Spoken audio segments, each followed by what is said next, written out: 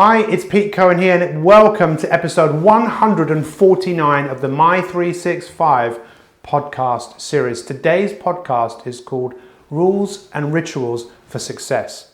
Rules and Rituals for Success. What I want to share with you is really what exactly does it take for people to create success in their life. Now, of course, it depends on what you classify as success, but for me, success is being happy, being healthy, and achieving things. So get ready for another inspiring My365 podcast.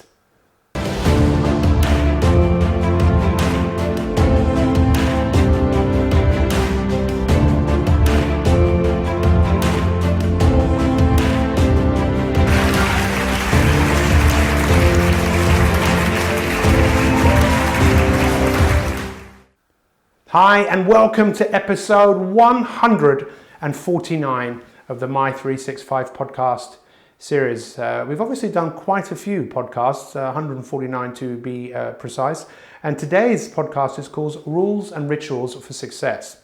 And my goal is to share with you why rituals are just so important and why they are the difference which makes the difference. Now, of all these podcasts, I know that we've had people all over the world that have made that decision to improve their life, to make that decision to face the facts that in life you've got two choices, really, just two choices.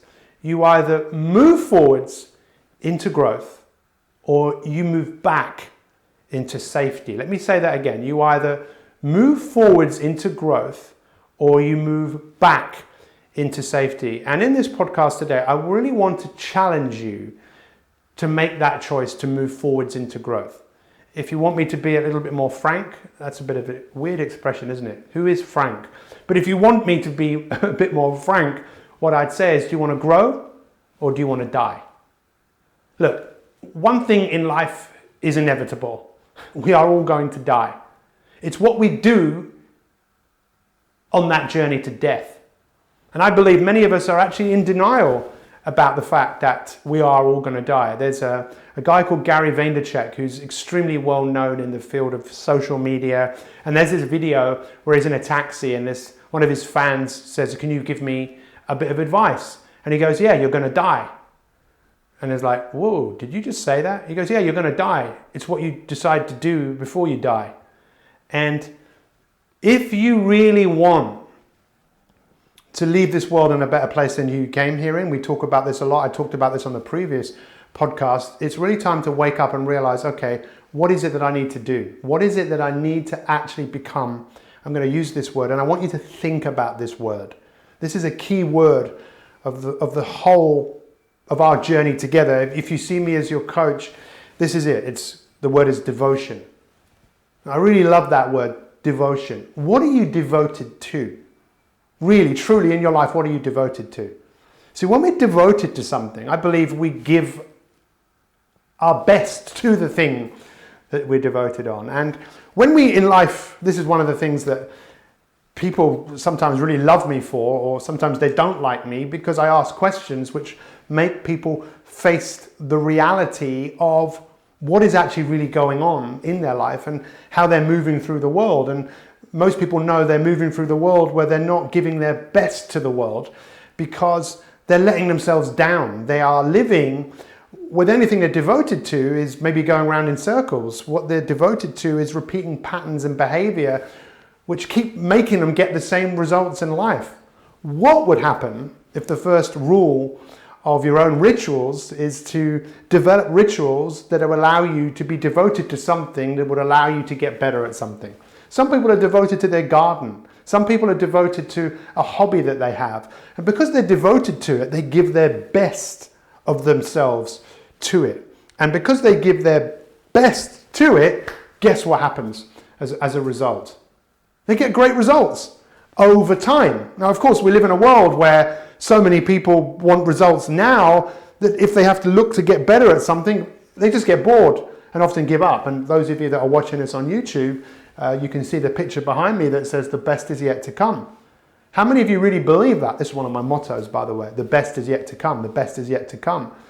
And I pretty much say that every single day, so it sets me up. When you look at success, and this is what I've spent most of my life doing, is asking questions. And if someone's really good at something, I really want to understand.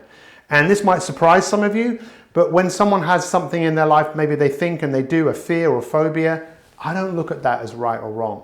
I look at that like, oh, that's interesting.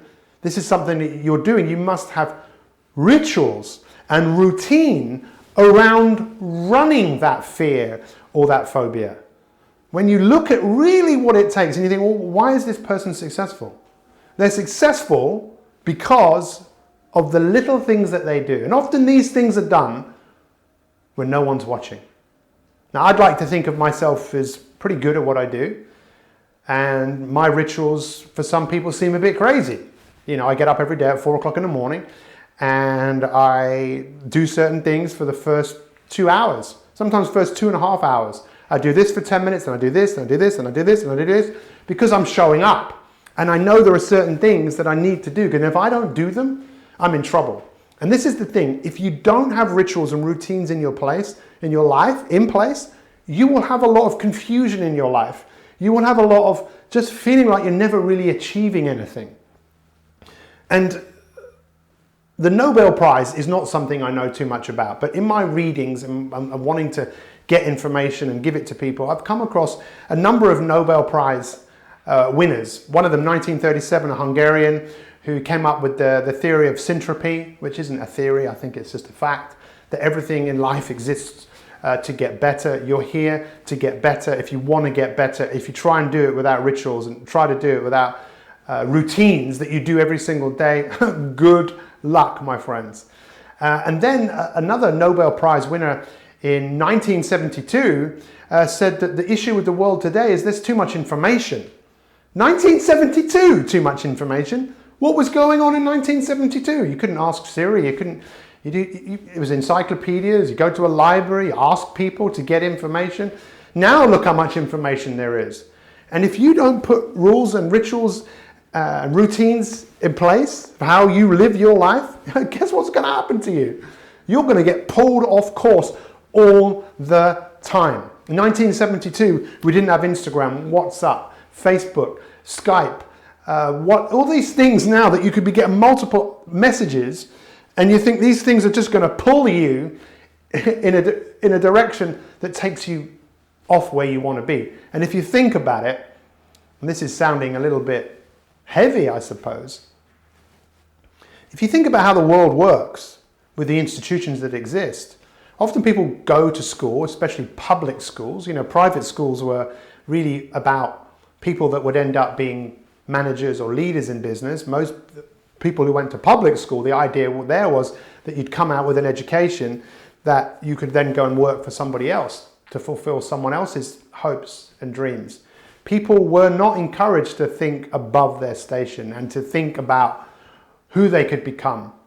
But the class that has existed in society today, especially predominantly in the Western world, has been broken down, and we all have an equal chance.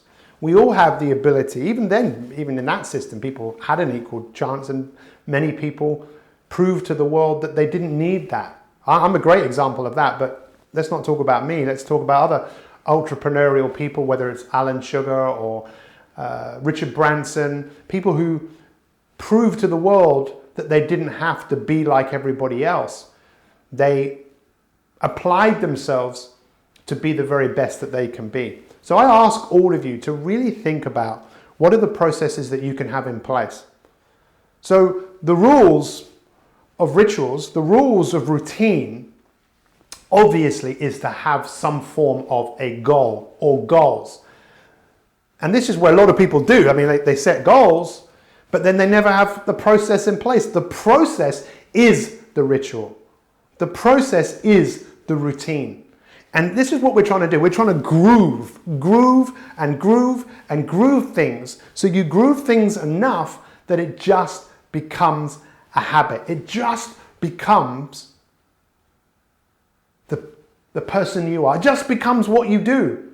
It's not that you have to work hard at it. And this is something so important. We'll make more podcasts about this and educate you and inspire you, because people don't change really when you tell them what to do. People change when their perspective changes. And that's what I'm here to do, to give you a different perspective of things so that maybe you can start thinking about things differently and get better results in your life, as well as giving you tools and tips and techniques as well. But the perspective is so important because most of us are fed up with processes and routines. Why? You went to school. And the majority of people who went to school didn't enjoy every aspect of it. Because the routine was, at this time you do this, and this time you do that, and then you get a job. And for many people it's the same thing. The last thing that people often want to do is have more rules and rituals.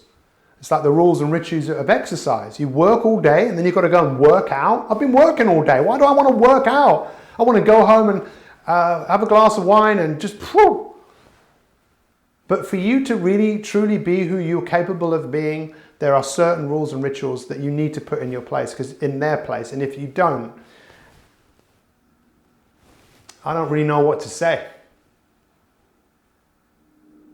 In 2005, the man who won the Nobel Prize, Stenning, his name was, his theory on the Cold War, basically he said is we have to minimize options. We have to simplify our life. And I know that if any of you listen to this decide to start doing things routinely and ritualistically, you might face some opposition. Opposition from others who say, what are you doing that for? I'm lucky my wife doesn't have a go at me or doesn't try and stop me from getting up at 4 o'clock in the morning. But I know that if I just said to myself, I'll just do it a couple of days a week, that's not going to formulate a habit. In most cases, if you want to run a process or ritual, it needs to be done every single day. And if you don't do it on one day, maybe you'll get away with it. If you don't do it for 2 days, it's almost like you're starting again. So decide today, what is a rule or ritual that you could put in place in your life for you to bring out the very best of you every single day. Maybe you need 3 or 4 different rituals, but maybe just start off with one. And if on one day, for some reason, you don't do all of them, just do one. What's the one thing that if you did that one thing, you know you'd pull yourself back on track. You'd pull yourself back to refocus on what it is that you're doing and where it is that you're going. Rules and rituals for your life will make your life so much more meaningful, purposeful, and successful. Let's not reinvent the wheel. You don't have to. You really don't have to. But this is my calling to you. My calling to you today is to decide, who do you want to become? What is it that you really want to achieve? What are the processes?